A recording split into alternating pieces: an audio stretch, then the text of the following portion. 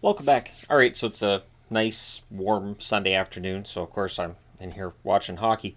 But since it's in between periods and I have some time, I thought, hey, I have not done a video for the Entertainment Guy channel for a little bit, so now's as good a time as any. And all the rabbits, of course, are outside again. They've been outside every day for like a week now. It's absolutely been a ridiculously nice spring for us. A little bit of rain here and there, but outside of that, it's been really bright and sunny and warm and yeah, so kind of been nice. But anyways, I wanted to talk a bit about what I've been watching lately. Now, of course, we watch Next Level Chef. Almost anything Chef Ramsay is ridiculous. And there was one thing that I caught in the most recent episode of Next Level Chef, which is not the show I'm here to talk about, but I just want to mention this. So Next Level Chef, you have all these ingredients that come down, and you have 30 seconds to grab them before they disappear, and it's dumb. The moving platform thing is really dumb. I think it's a terrible way to decide who's a good chef. Is, well, he made a good dish, but he wasn't quick enough to the platform, couldn't get the dish on the platform, so he's out. It's so stupid. It's so dumb. I it's just anyways, but there was a quote from one of the judges where he was talking about these meatballs that the one guy had made, and he said, when I found out it was Wagyu beef, and I thought, okay, so the judges don't know what the ingredients are going to be on the platform when it comes down. That I thought was interesting. That I thought was kind of interesting, and I picked up on that, and I'm going to listen for more of that because I would have thought they had the decision of what those proteins were going to be. I now want to know as much as I can behind the scenes of that show, and I'll never find out. Which brings me to the show that I've been watching. Now, of course, we're watching Great British Bake Off too. Bake Off's great because there's no drama, and it is interesting how it's something that Yvonne and I have realized is American.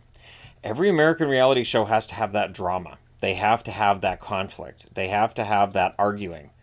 And you can watch international versions of the same show, and it's not as mean spirited. Like I did finish the French version of Traitors season 2. I'm now 3 episodes into the Hungarian season 1 of the Traitors. So that's how much I like watching Traitors, that I'm fine with all the subtitles. And it is interesting how much less drama there is and how much less. Now, when you get to the round table, it's still dramatic, but it's not like the American one. The American one's just crazy and over the top. Now, the show that has really won me over, and the funny thing is, when I saw the promo for it on Netflix, I was like, okay, this is going to be ridiculous. I just want to see how bad this is. And it's awful. It's awful. I can't stop watching, and it's Battle Camp. Now, I'm only 3 episodes into Battle Camp. Really, really enjoying whatever this is, whatever the point of it is. And it brings together all of these people from various reality shows on Netflix. And it's bad, but I can't stop watching because it's mostly lighthearted. I say mostly, although there is an episode where somebody gets blindsided with the vote, because you have to vote somebody out because it's a reality show. And I ended up feeling bad for the person who got blindsided, even though I've never really been a fan of that person since they were on the reality show I watched them on previously. In fact, last night I reminded, because Yvonne had forgotten, there's so many different reality shows we've watched, she'd forgotten what this person had done. So I found a YouTube video, because there's always a YouTube video on everything, to remind her of the things that made us not like that person. And she's like, right, yeah, I forgot about that. But it didn't mean we didn't feel bad. Now, I'm intentionally not mentioning the name here because I don't want to spoil it for anybody. But that's the one kind of, oh, seriously moment. Like, that was heavy. And it is weird because it is the most ridiculous, over-the-top show I've seen on Netflix. And that's saying something. And it steals from the challenge, and it kind of steals from, I think there's a little bit of Survivor in there, and then they have the night vision cameras too because it's Netflix, so you want to make sure you're spying on people in bed. And oh man, and then you get 2 people from Too Hot to Handle in the same the same cabin, so of course they're going to sleep in the same bed Because of course they are, for sure. So you can take them off Too Hot to Handle. You can't take the Too Hot to Handle off of them. I just, yeah, it is a show that I am seeing as my newest guilty pleasure, and it is interesting with Netflix how they have this whole like economic setup where people go from one show to the next to the next to the next, and it has to be a good paying job. It has to pay well. Their per diem has to be pretty high because they have no problem getting these people to come back. I think what sold me on it was when I saw Georgia was on it. Anything Georgia's on, she was on Too Hot to Handle. She was on Perfect Match. Now she's on this, and if I see Georgia's in it, I'm like, all right, I'm sold. I will watch Georgia. Like if she read books on Audible, I'd be listening to those books all day. She not all day, obviously, but that was the deciding factor. I saw a few of the people who were going to be on it. I was like, I got to see this. The one thing that's kind of been throwing me off a little bit, and I know there's probably going to be people watching this who've watched this show. Tony seems a little bit amped up all the time. Now, I watched the season of The Mole that Tony was on. I don't remember him being this intense.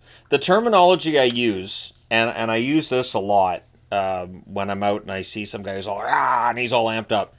And you have to have seen Billy Madison to get the reference. When I see somebody who's all like over the top, and they're yelling and they're screaming, they're really, really competitive, I say they have some serious O'Doyle rules energy. And that way it's a quote that a lot of people around me probably won't necessarily understand. But for people who get it, people who, that's Billy Madison, they do find it as a funny quote, as a funny comment. And yeah, Tony's giving me that, but he's like the episode we watched last night or the other night. I was like, okay, he seems kind of sweaty, and it's early in the morning, and he's all amped up. So, did anybody check his bag for anything? Like, I'm to the point where I'm thinking I don't remember him being this amped up all the time on the Mole. And like, there's a point even at the start where he's like, I'm always in like that mode for like the Mole, and I'm like, not for camp. I don't think you need that for camp. So like, oh, some of the stuff I watch. See, and the shows that I watch are ones that I don't have to know what was going on last week. I don't have to know any other plot lines from other TV shows. I don't need to have played a video game. I could just turn it on and go, cool, done. I did kind of do like a test with Yvonne last week too, where I showed her the opening scene of the Fallout TV series, which is heavy, but it's really well done. Just to see if she'd be interested in watching the show, and it is heavy. I'll try the rest of that episode with her too. Fallout's a really good show, and so I'll try that. I have not been watching Last of Us yet. Last of Us, I've still only watched the first episode of the first season. So it is a lot of the stuff I watch. There's 2 times I watch TV that's not hockey in here. I watch TV with my wife at night when all the hockey stuff is done, and then I also watch hockey in the rec room, which is the other set I use for when I don't have access to this room for whatever reason. And that's a common area, so I'm not likely to watch like R-rated stuff when our daughter could come through, and she doesn't really watch all the horror stuff. So I don't really have an opportunity to watch a lot of the horror stuff. It started hitting me lately just how much of the horror stuff I really have fallen behind on. But at some point I know I need to watch Last of Us. And I did enjoy the episode I watched, just the first. And I want to get back to that. But I wanted to share my love for Battle Camp. It is mindless fun. And it is, I don't know if it's unintentionally funny at points. I think the producers have to know how ridiculous it is at points. But yeah, it's different. and I like different. And if you've watched enough Netflix shows, so if you've watched Love is Blind, I don't watch like Selling the OC, which is where a couple of them are from. There are a few shows that people are from that I haven't watched. But in general, I know a lot of them, like the ones from The Circle. I know them. Shuby, love Shuby. Shubham is like one of my favorite people in the history of reality TV because he doesn't look or act like reality TV people. He is not a good liar either, as we've found out in Battle Camp. He's not a good liar at all, and he just seems like a nice normal guy, nerdy but nice and normal. So there's that. But entertaining show.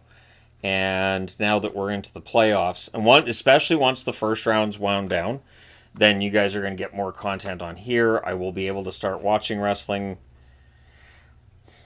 See, I caught myself because WWE, in my opinion, really dropped the ball at Mania. And while the booking after Mania is a lot more promising, WrestleMania was so disappointing. And I watched a bunch of highlights and I saw a bunch of stuff from it, and and all I kept thinking was I don't want to watch this. And there's never been a WrestleMania where I just didn't care, and this WrestleMania I didn't. So that's a problem. That's definitely a problem, especially since I was kind of hyped for some of the matches at Rumble, and then by the time Mania rolls around, I'm like I don't know if I care. And then The Rock trying to explain why he wasn't there didn't make a lot of sense, not from a storyline perspective. And it's just, so I'd love to say I'm going to go back to doing wrestling reviews. I don't know. AEW's storylines don't make sense. Some of the WWE booking decisions I think are just awful, and so there's that. But yeah, so we'll see what happens from here. But yeah, I will definitely be putting out more videos on this channel. We'll see what the topic is. Maybe it'll be like now, Battle Camp. What a ridiculous title for a show too, Battle Camp. It sounds like there should be robots. It sounds like there should be like the battle robots from BattleBots, just on a beach fighting, and there's like cabins for the robots. I think I'm coming up with a new reality show. Yeah, Robot Battle Camp. You could use the same set too. And I'm also wondering with Battle Camp, like a lot of the structures in this look brand new. So what did they buy a campsite? Did they develop a camp? Did they buy land and just develop the campsite on it? Are they borrowing? The co-ed showers and bathrooms are a choice. Um, Not sure how comfortable I would be in that scenario. I I would imagine there'll be some that aren't from like the romance shows on Netflix that'll be like, wait, I really? I remember when I worked at camp, there were times that I would just wait until the middle of the night to go have a shower. There were two reasons for that though. One, so that I wouldn't be, dealing with a bunch of people coming in and going, and then for hot water. Hot water was usually gone by a certain point in time of the day. So if you wanted hot water, you had to wait until like middle of the night and then go up and have a shower. But anyways, that's a whole other discussion for all of the time. I just wanted to say hi to everybody and just talk about what I've been watching, which has been some fun stuff. I also wanted to say too, this season of Kitchen Nightmares, we're like 6 episodes into it, much better than last season because it's basically become Bar Rescue. It feels like Bar Rescue this season to me, anyways, personally, because it's all in New Orleans, and it feels like Bar Rescue all of a sudden. And I've always wondered why John Taffer and Chef Ramsay haven't teamed up in a series where Ramsay's trying to fix the restaurant portion and Taffer's trying to fix the bar portion of the establishment. I think there's a wasted opportunity there. But that's me personally. Let me know your thoughts. Hit like and subscribe if you haven't done so already. Thank you guys so much for watching, for all your support. It is greatly appreciated. And as far as the baseball goes, I do still intend to be covering baseball. The power rankings idea is still out there for me as well. And we'll see. As the hockey playoffs wind down, we get closer to the summer, we'll see how all that goes. And I don't know, maybe it wouldn't be every week, maybe it'd be every 2 weeks, that kind of thing. But I will definitely be talking about that. All right, thank you guys for your support. It's greatly appreciated, and I will talk to you again soon.